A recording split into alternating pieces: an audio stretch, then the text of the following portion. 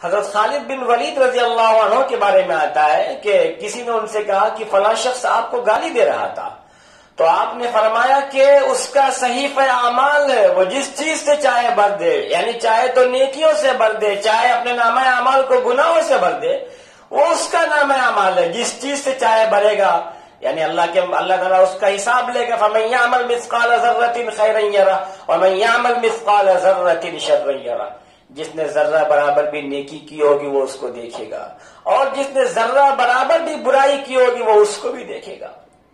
حضرت وہب بن منبہ سے کسی نے کہا کہ فلاں شخص آپ کو گالی دے رہا تھا، آپ نے فرمایا کہ شیطان کو تمہارے علاوہ اور کوئی پیغامبر نہیں مل سکا، یعنی شیطان کو اپنا میسج بھیجنے کے لیے تمہارے علاوہ کوئی میسنجر اور دودت نہیں مل سکا۔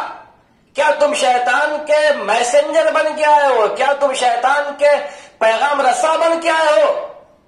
ہم تصور کریں کہ ہم کس کا پیغام لے کے جا رہے ہیں، ہم شیطان کے پیغام پر بن رہے ہیں۔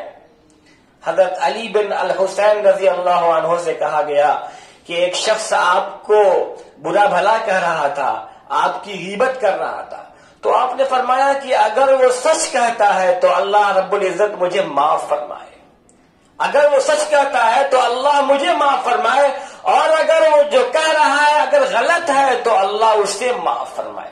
کیسے لوگ تھے۔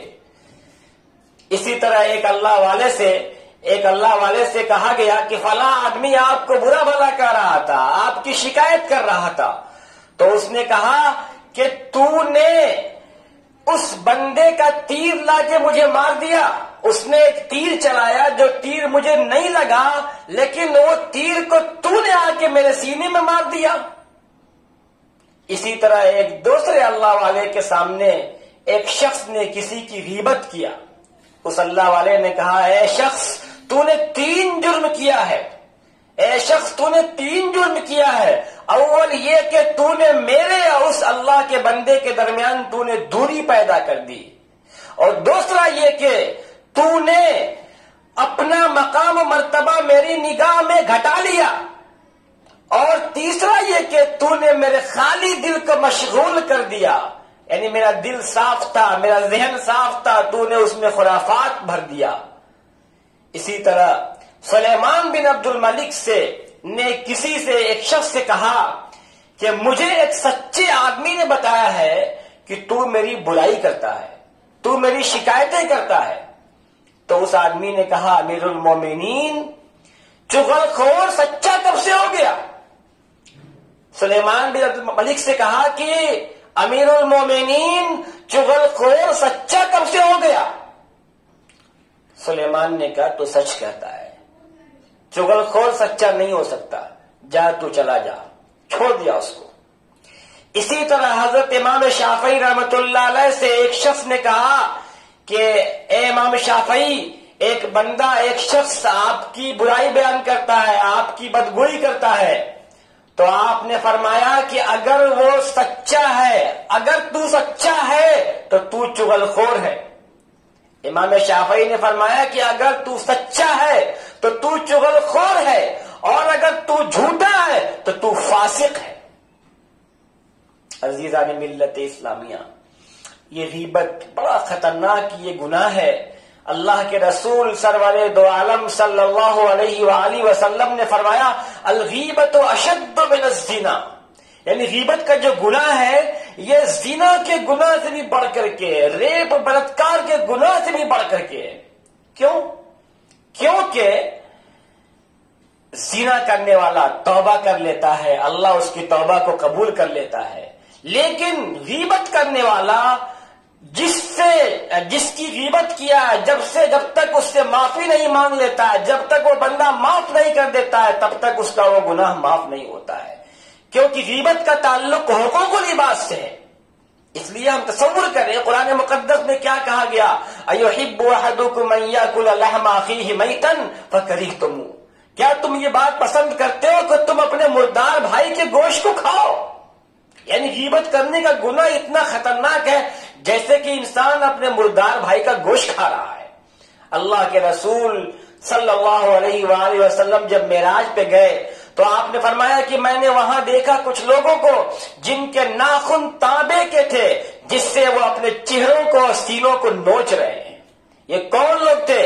آپ نے جبرائیل سے پوچھا یہ کون ہے؟ من ہؤلاء یا جبرائیل، جبرائیل یہ کون لوگ ہیں؟ تو کہا ہؤلاء الذین یاکلون لحوم الناس، یہ وہ لوگ ہیں جو لوگوں کا گوشت کھاتے تھے، یعنی جو لوگوں کی غیبت کیا کرتے تھے۔ تصور کریں یہ غیبت کا گناہ کتنا خطرناک ہے۔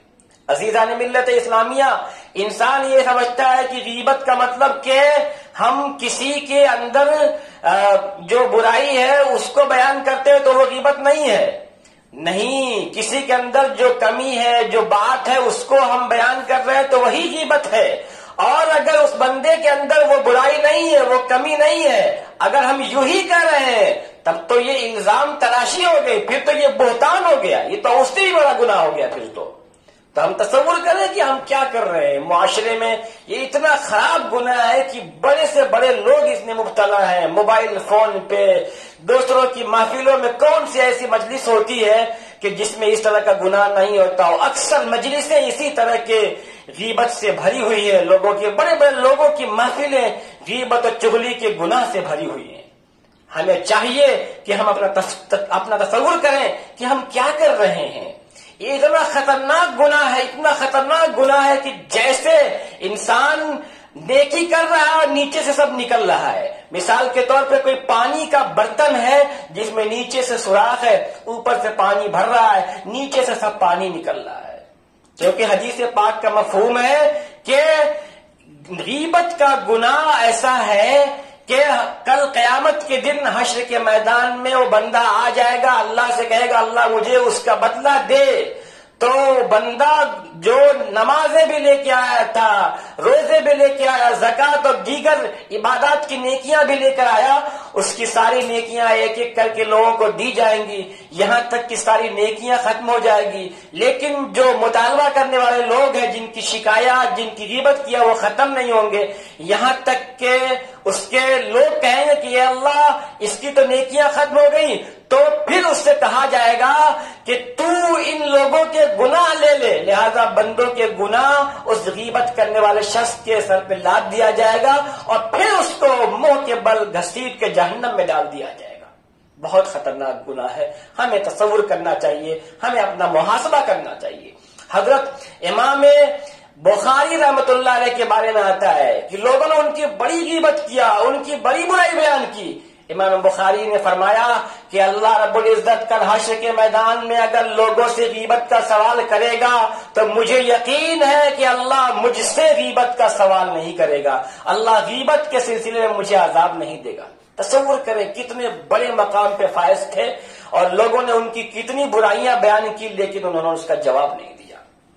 اسی طرح سے حضرت امام اعظم ابو حنیفہ رحمۃ اللہ علیہ کے بارے میں آتا ہے کہ ان کے سلسلے میں سفیان ثوری سے پوچھا گیا کہ ابو حنیفہ کیسے ہیں؟ تو آپ نے فرمایا بڑے بخیل ہیں۔ کہا بخیل؟ وہ تو بڑے اچھے ہیں، بڑے سخی ہیں، بڑے فیاض ہیں، لوگوں کو دیتے ہیں۔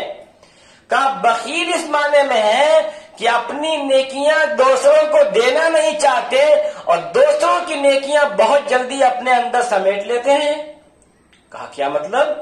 کہا مطلب یہ ہے کہ لوگ تو ان کی برائیاں بیان کرتے ہیں، ان کی غیبت، ان کی شکایت کرتے رہتے ہیں اور وہ اس کا جواب نہیں دیتے ہیں، لہذا دوسروں کی نیکیاں ان کے کھاتے میں ٹرانسفر ہو جاتی ہے، اپنی نیکیاں کسی کو دینا نہیں چاہتے ہیں، اس معنی میں وہ بخیل ہے۔ حضرت ابراہیم بن ادم رحمۃ اللہ علیہ کے بارے میں آتا ہے ایک دن ایک شخص نے ان کی دعوت کیا اور دسترخوان پہ بیٹھے ہوئے تھے اور کھانے کے لیے لوگ بیٹھے ہوئے تھے، ایک آدمی کا انتظار ہو رہا تھا۔ اتنے میں کسی نے کہا کہ جو آنے والا شخص ہے وہ ذرا موٹا ہے، ذرا موٹو ہے، اس کو آنے میں تھوڑا وقت لگے گا، دھیرے دھیرے چلے گا۔ ابراہیم بن ادم دسترخوان سے اٹھ گئے، چلے گئے اور گھر پہ جا کے انہوں نے اپنے نفس سے مخاطب ہو کے کہا اے نفس، تیرے بھوک کی وجہ سے ابراہیم بن ادم کو ایک اللہ کے بندے کی غیبت سننی پڑی، تیرے بھوک کی وجہ سے ایک اللہ کے بندے کی غیبت مجھے سننی پڑی، لہذا انہوں نے اپنے نفس کو 3 دن تک تڑپایا اور 3 دن تک انہوں نے کھانا نہیں کھایا. تو معلوم کیا ہوا کہ غیبت کرنا اور غیبت سننا دونوں گناہ ہے، بڑا خطرناک گناہ ہے. اس سے ہماری نیکیاں دوسروں کے کھاتے میں ٹرانسفر ہو جاتی ہیں. اللہ تعالی ہم سب کو اس گناہ عظیم سے بچائے اور ہم سب کو صحیح کام پہ صحیح عمل کرنے کی توفیق عطا فرمائے. وآخر دعوانا ان الحمد للہ رب العالمین.